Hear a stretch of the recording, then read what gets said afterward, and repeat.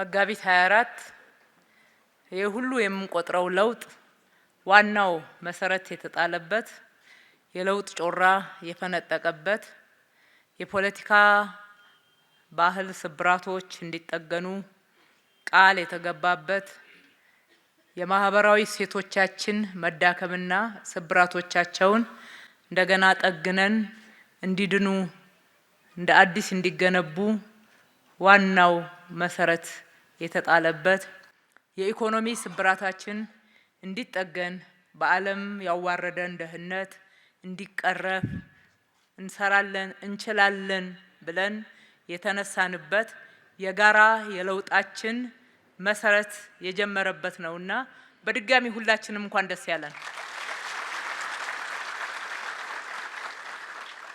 የሀገራችን የኢትዮጵያ ለውጥ እጅግ በጣም አስፈላጊ የነበረ ለውጥ ነው።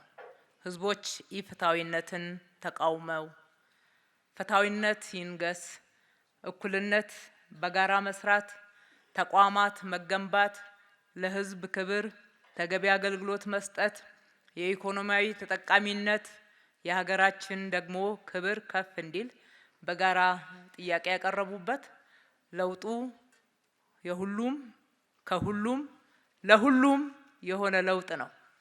በዚህ ለውጥ ያገኘናቸው ትሩፋቶች አሁን በአንድ መድረክ ከምንቆጥራቸው በላይ ነው። በእርግጥ የህዝቡ የዕለት ዕለት ህይወት ምንድነው የመጣው ለውጥ የሚለውን አፍ አውጥቶ ይመሰክራል። ከዚህ አንጻር ደግሞ ከማንም ከየትኛውም አካባቢ በላይ አዲስ አበባ ምስክር ናት፣ ማሳያ ናት። የኢትዮጵያን ብልጽግና አይቀሬነት ከተማችን አዲስ አበባ አፍ አውጥታ ትናገራለች። ሳይዋት ያዩዋት ሁሉ ይሄንን እውነት ይመሰክራሉ። በአዲስ አበባ ውስጥ ደግሞ ለጉለሌ ትንሳኤ ሆኗል። እንኳን ደስ ያላችሁ።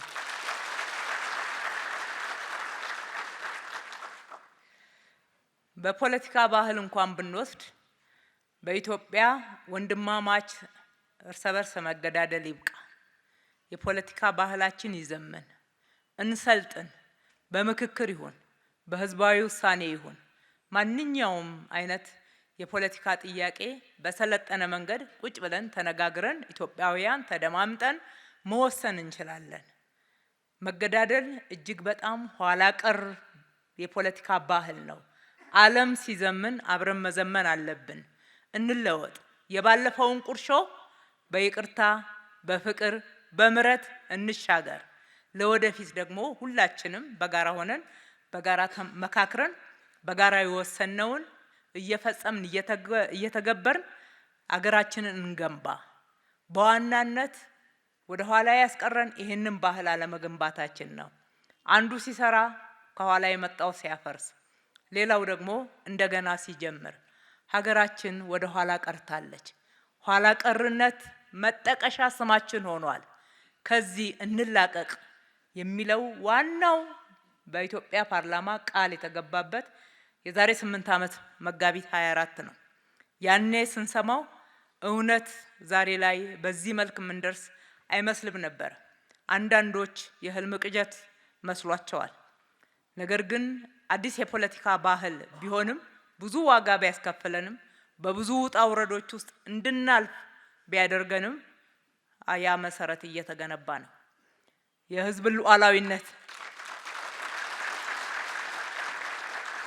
የህዝብን ሉዓላዊነት የሚያከብር በምክክር በመደማመጥ በህዝበ ውሳኔ በምርጫ ስርዓት የፖለቲካ ፍላጎቶች ተግባራዊ የሚደረጉበት፣ ለዚህ ደግሞ ህዝብን ዳኛ አድርጎ ህዝብን ወሳኝ አድርጎ ክብር ሰጥቶ በዛው ልክ መተግበር የሚቻልበት ስርዓትን እየገነባን ነው።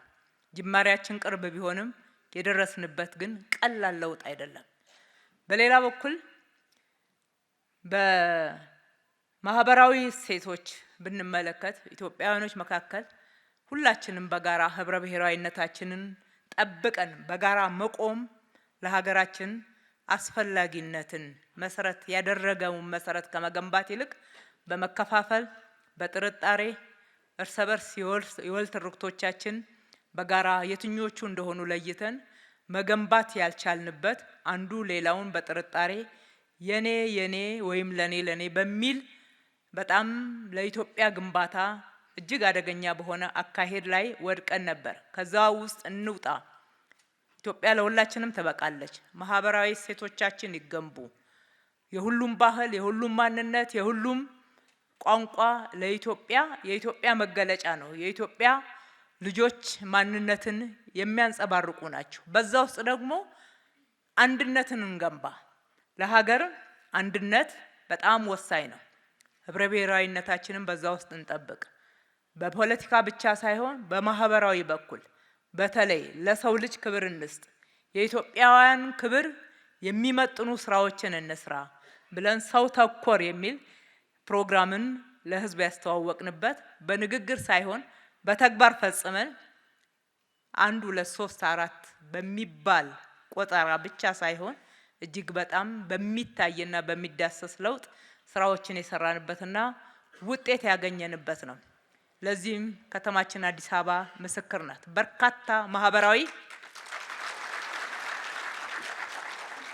በርካታ የማህበራዊ ስብራቶች ተጠግነዋል። ከተማችን ላይ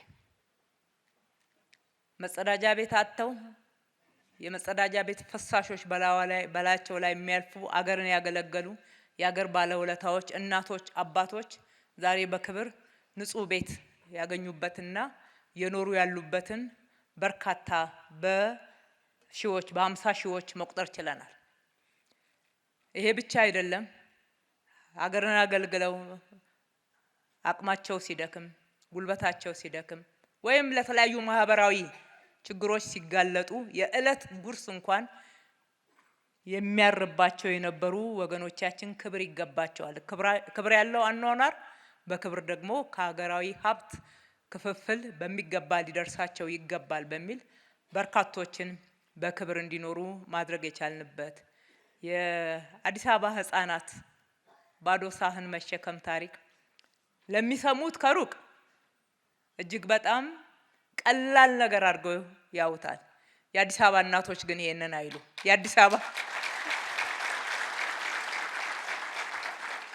የአዲስ አበባ ነዋሪዎች ይሄንን አይሉ። ዛሬ ያልገነባነው ትውልድ የትውልድ ስብራት እንዴት አድርጎ ነገ ሀገርን እንዲጠግን መልካም ፍሬን እንዲሰጠን እንጠብቃለን። ስለዚህ የአዲስ አበባ ተማሪዎች ህፃናት እኩል በልተው እኩል ለብሰው ተመሳሳይ ደብተርና እስክሪብቶ አግኝተው በክብር ደስ እያላቸው እንዲማሩ የእናቶች ሸክምና የወላጆች ሸክም ብቻ እንዲቃለል ብቻ ሳይሆን የእኩልነት ስሜት እንዲገነባ በአእምሮም በአካልም የበቁ እንዲሆኑ ሀገራቸውን እንዲወዱ ነገ ከኛ በተሻለ ኢትዮጵያን እንዲገነቧት ሀገራቸው የሚያፍሩባት ሳትሆን የሚኮሩባት ሆና በፍቅር እንዲያድጉባት ቦርቀው እንዲያድጉባት ማድረግ የተቻለ ትልቅ የማህበራዊ ስብራት ጥገና ወይም ደግሞ አዳዲስ መሰረቶች የሰራንበት ጅማሮ መጋቢት 24 ነው። መጋቢት 24 2010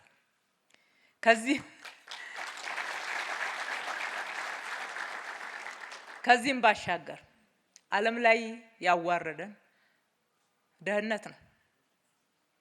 በብዙ መንገድ ኢትዮጵያውያኖች ጀግኖች ነን። ሀገራችን ስትወረር ጀግኖች አንድ ላይ እንደንብ ያኔ ክፍፍል የለም፣ በጋራ ነው የምንቆመው።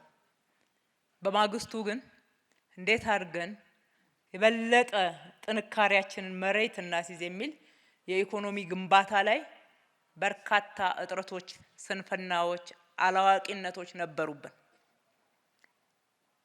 በጀግንነት በጦር ሜዳ አሸንፈን በእጅ አዙር በፖሊሲ በእርዳታ ስንገዛ ኖረናል። ይሄ ገመናችን ነው፣ የማንክደው ገመናችን። ይሄ አሳፋሪ ነው። ኢትዮጵያን የጀግኖቹን ሀገር አይመጥንም በሚል የዛሬ 8 ዓመት የተጀመረው በሀገር በቀል ኢኮኖሚ ሪፎርም ኢትዮጵያ የራሷን ሀብት አይኗን ገልጣ እንድትመለከት እንደገና መስራት ልጆቿን ክንዳቸውን አጠናክረው በጋራ በሁሉም ቦታ ላይ ያሉ ሀብቶቻችንን ተመልክተን እሴት ጨምረን ሀብት እንዲሆን ወደ ሀብትነት ለውጠን በሰፊው መስራት የጀመርንበት ዛሬ በአፍሪካ ከፍተኛ ወይም ደግሞ ትልቅ ኢኮኖሚን ከገነቡ 5 ሀገራት ተርታ ውስጥ መግባት የቻልንበት የዚህ የለውጥ መሰረት ነው። የዛሬ 8 ዓመት ደሞዝ ለመክፈል ችግር የነበርንበት ሁኔታ ነው፣ አይረሳም። ዛሬ ላይ ግን በአንድ ዓመት እንኳን አምና ሰራተኞቻችን በአመት 2 ጊዜ ደሞዝ ጭማሬ ሌሎችም ጥቅማ ጥቅሞች በቂ ነው ከዘመኑ ጋር ባይባል እንኳን ማድረግ የቻልንበት ኢኮኖሚያችንም በአፍሪካ ከሚጠቀሱት ሀገራት ውስጥ አንዷ ኢትዮጵያ ሆና መጠቀስ የቻለችበትን የኢኮኖሚ ግንባታ ደረጃ ላይ መድረስ ችለናል። ያዋረደን ድህነት እጅ አንሰጥም ብለን ኢትዮጵያውያኖች የተስማማንበትና 24/7 በመልፋት በራሳችን ላብ በራሳችን ጥረት በራሳችን ግረት ሀብት እየፈጠርን ኢትዮጵያን የማበልጸግ ዜጎቿ ምግብ የሚለምኑ ሳይሆን ከተረጂነት ተላቀው የሚረዱ መሆን እስከሚችሉ ድረስ እንዲያልሙ የማድረግ ትልቅ ኢኮኖሚ ግንባታ በሀገራችን ላይ ተጀምሯል፣ ፍሬም አፍርቷል። አዲስ አበባ ምስክር ናት። አዲስ አበባ አሁን በዓለም በአንደኝነት ደረጃ ሊያስጠቅሳት ያለ የከተማው ንጽህና፣ የከተማው የመሰረተ ልማት ግንባታ፣ አጠቃላይ የከተማዋ መዘመን ዓለም እየተነጋገረበት ያለበት ደረጃ የደረሰው 5 ሳንቲም የማንም እርዳታ አልመጣልንም። የራሳችንን ሀብት ትላንትና ከተማችን ውስጥ የነበረው በትክክል ያልተጠቀምንበት አሊያም ደግሞ አላግባብ ሲዘረፍ የነበረ ወደ ውጪ ሲወጣ የነበረውን ለሀገር ለህዝብ ለሀገራችን ከተማ ግንባታ ስላዋል ነው። አንድም ነገር ሳይጎድል ሌሎች ፕሮጀክቶቻችንን እየሰራን ከተማችንን መልሰን ገንብተናል። ከህዝቡ ኑሮ በብዙ መንገድ ጫናዎችን ማቃለል የቻልንበት ነው።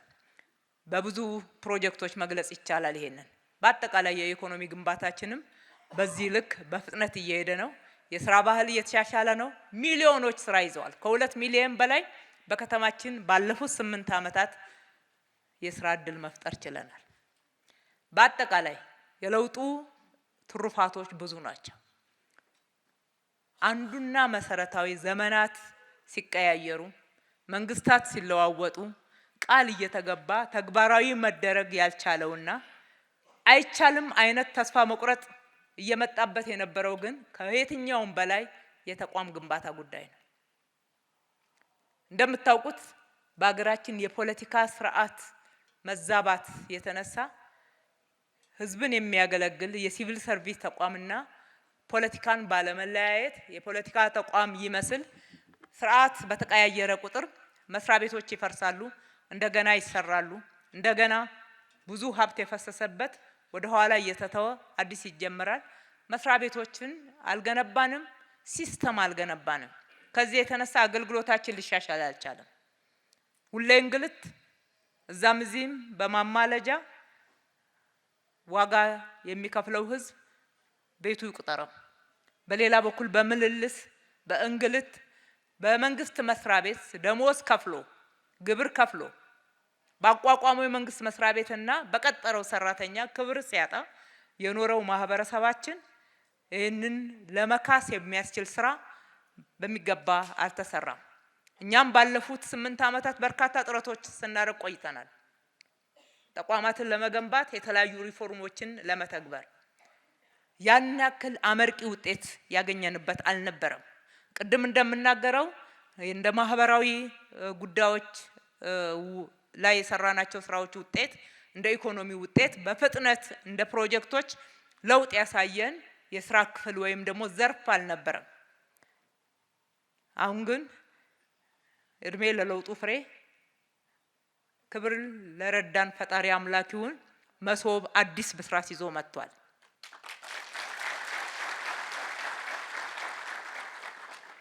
የመሶብ ዲጂታል አንድ ማዕከል አገልግሎት አምና ከተጀመረበት እንደ ፌደራል በክቡር ጠቅላይ ሚኒስትራችን ይፋ ከተደረገበት ጊዜ ጀምሮ ከተማችን አዲስ አበባ ላይ በፍጥነት ሰርተን ህዝቡ ጋር ለማድረስ ጥረት አድርገናል።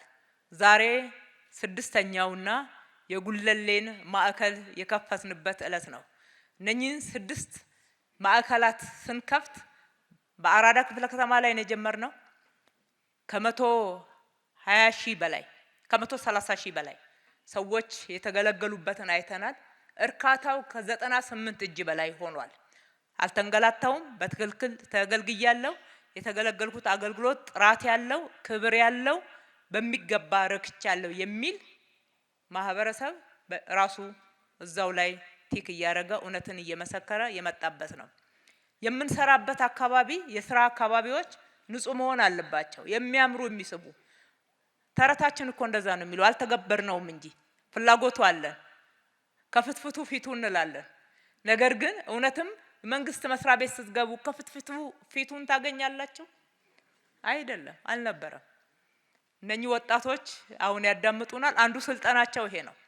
መጀመሪያ ከየትኛውም አገልግሎት መስጠት በፊት እንኳን ደህና መጣልኝ ቤቱ ሆኖ እንዲሰማው ተገልጋይ ሲመጣ የሄደው ወደ ቤቱ በክብር የሚገለገልበት ንጹህ አካባቢ መልካም ጠረን ያለበት ለማገልገል ክብር የሚያገኝበት ስፍራ እንዲሆን የመንግስት መስሪያ ቤት የጀመርነው ስራ ፍሬ እያፈራ ነው። ሁለተኛ ወደ አገልግሎት በሚሄድበት ሰዓት ምን መስፈርት እንደሚያሟላ ሊያሟላውም እንደሚገባ በግልጽ ያገኛል። አገልግሎቱን አጥቶ ቢመለስ እንኳን መስፈርት ስላላሟላ እንደሆነ ያምናል እንጂ የሆነ ተጽዕኖ ተደርጎበት እንዳልሆነ በግልጽ የሚያውቁበት ስርዓት ነው። ሰው እንደፈለገው ሊያዛባው የሚችል አይደለም። ከዛም አልፎ በፍጥነት በጥራት ያለ እንግልት ጊዜን፣ ሀብትን፣ ጉልበትን በሚቆጥብ አግባብ አገልግሎት አግኝቶ ወደ ሌላው ስራው በፍጥነት የሚመለስበት አንዳንዴም ደግሞ ከቤቱ መገልገል የሚችልበት የአገልግሎት አይነቶችን ጀምረናል። በሚቀጥለው ከፊታችን ባለው ጊዜ ደግሞ በቅርብ በሞባይል ወይም ደግሞ በተንቀሳቃሽ አገልግሎት መስጫ ስርዓት አገልግሎት የምናስጀምርበት ነው። ስለዚህ የመንግስት መስሪያ ቤትን መገንባት ከፖለቲካ እሳቤና አመለካከት በተነጠለ ሁኔታ ቀጣይነት ባለው ከስርዓት ጋር በማይለዋወጥ ቋሚ የሆነ ነፃ ፍትሃዊ የሆነ አገልግሎት የሚሰጥበት ይሆን ዘንድ እየገነባን ነው። ከራሳችን ፓርቲ ባለፈ ለፖለቲካ ግብአት ያልሆነ ነገር ግን ከዛ ባለፈ ለሀገር ግንባታ፣ ለኢትዮጵያ እድገት፣ ለኢትዮጵያ ለውጥ ይሄ ለውጥ ደግሞ ቀጣይነት ያለው እንዲሆንና የማይቋረጥ ቀጥሎ የሚመጣ ሌላ ስርዓት እንኳን ቢኖር እንደፈለገው የሚያፈርሰው እንዳይሆን ህዝብ የኔ ብሎ የሚከላከለው የሚጠብቀው የሚጠቀምበት ሀብቱ እንዲሆን አድርገን የመንግስት መስሪያ ቤቶችን እየገነባን ነው። ይሄ ትልቅ ጅማሮ ነው። አሁን አገልግሎትን ዲጂታላይዝ አድርገን ወደ መሶብ ዲጂታል አንድ ማዕከል ያስገባ ነው 50 እጁን ያክል ነው ቀጥታ ህዝብ የሚገለገልበት ማለት ነው። 50 እጁ ደግሞ በተከታታይ ለሚቀጥሉት ጊዜያቶች እየተሰራበት ነው ያለው። ይገባል። ለሚቀጥለው በጀት አመት መጨረሻ ላይ ሁሉንም አይነት አገልግሎት በፍትሃዊነት፣ በጥራት፣ በፍጥነት የምታገኙበት የዲጂታል አገልግሎት በተሟላ ሁኔታ ከተማችን ላይ ተግባራዊ ይሆናል። ከተማችን ላይ ይሄንን ስንሰራ ለከተማችን ነዋሪዎች ብቻ አይደለም። አዲስ አበባ የአፍሪካ ዋና ከተማ ናት። የዲፕሎማሲ ሴንተር ናት። በርካታ ዲፕሎማቶች የሚኖሩባት ሶስተኛዋ ዓለም አቀፍ የዲፕሎማሲ ማዕከል ተብላ የምትጠራ ከተማ ናት። ወደ ከተማችን ለቱሪዝም፣ ለኮንፈረንስ፣ ለተለያዩ ጉብኝት የሚመጡትና እዚህም የሚኖሩት ጭምር ዓለም አቀፍ ደረጃውን የጠበቀ አገልግሎት የሚያገኙበት ይሆን ዘንድ እየሰራን ነውና በድጋሚ እንኳን ደስ ያላችሁ። ከተማችሁ አዲስ አበባ ደግሞ አሁን እስከዛሬ ድረስ ባደረግናቸው ጥረቶች ሰሞኑን በወጣው መረጃ በአፍሪካ አንደኛ ከአስሩ ጽዱ ከተሞች አንዷ ተብለናል። እንግዲህ ከነ ኬፕ ታውን ጋራ እንቀጥላለን። እኛ ገና ነው የምንለው። ገና ፊቱ ነው። ወደ ውስጥ ገባ ገባ የምንልባቸው በርካቶች አሉ። ልክ እንደ ጉለሌ ፊት ለፊት ብቻ አይደለም፣ ወደ ውስጥም ወደ መንደርም ገብተናል። እንጨት ለቀማ ብቻ አይደለም የቀረው፣ አረቄ ቤት ብቻ አይደለም የቀረው። ጉለሌ ላይ የሚገርም አምራች ዜጋ ነው ያለው።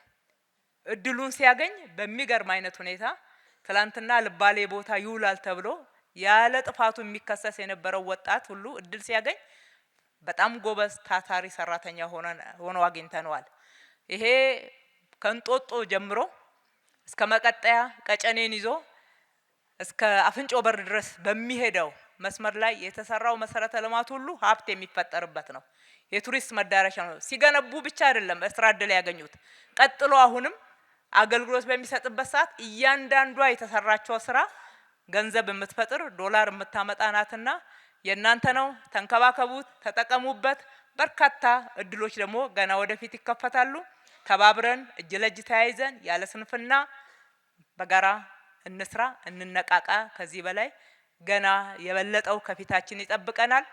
የኢትዮጵያን ብልጽግና ሊያስቀረው የሚችል አንዳች ምድራዊ ኃይል የለም። ይህንን አምነን ከፊታችን ያለውን ጊዜ እንገዝግስ። መብታችሁን ተጠቀሙ፣ በምርጫ ተመዝገቡ። ማንም ሳይመዘገብ የመራጭነት መብቱን መተው የለበትም። መምረጥ ግዴታ ባይሆንም መብት ነው። መብትን አለመጠቀም ደግሞ ትክክል አይሆንም ማለት ነው። መብታችንን በትክክል ከተጠቀምን የምንፈልገውን ለማድረግ ሉዓላዊ ስልጣናችንን በተግባር እናውለዋለን ማለት ነው። ፈጣሪ ኢትዮጵያና ሕዝቦቿን ይባርክ።